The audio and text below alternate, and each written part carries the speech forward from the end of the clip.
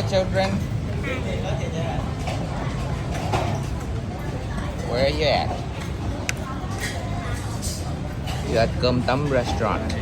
Cơm Tấm 5.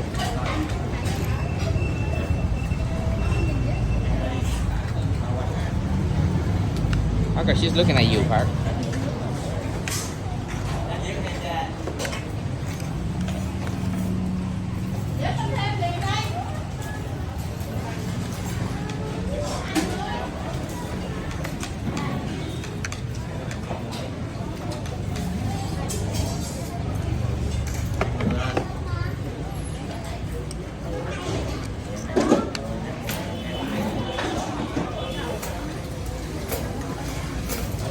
Thêm đâu?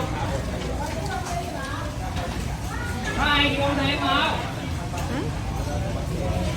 Ông kêu thêm đâu? Thêm ở dưới đó anh kêu mà. Đây con gì vậy?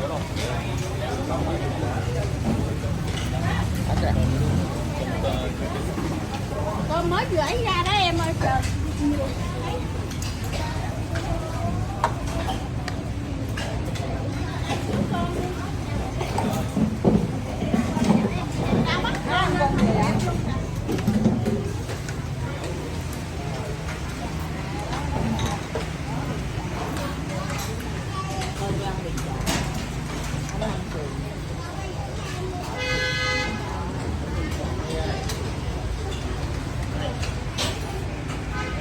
Trả đi chị ơi. Trên trà đá đi. Trên trà đá nè.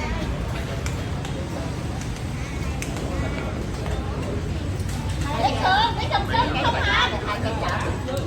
Hai chỉ bị trả hả? Hai chỉ bị trả.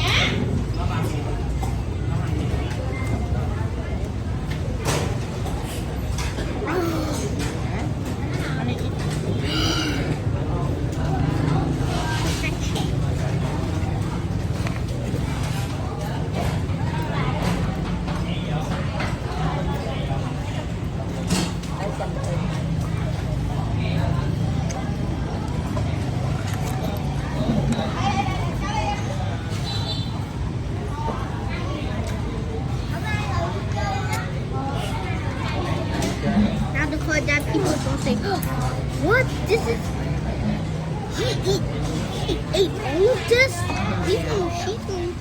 That girl's gonna be surprised.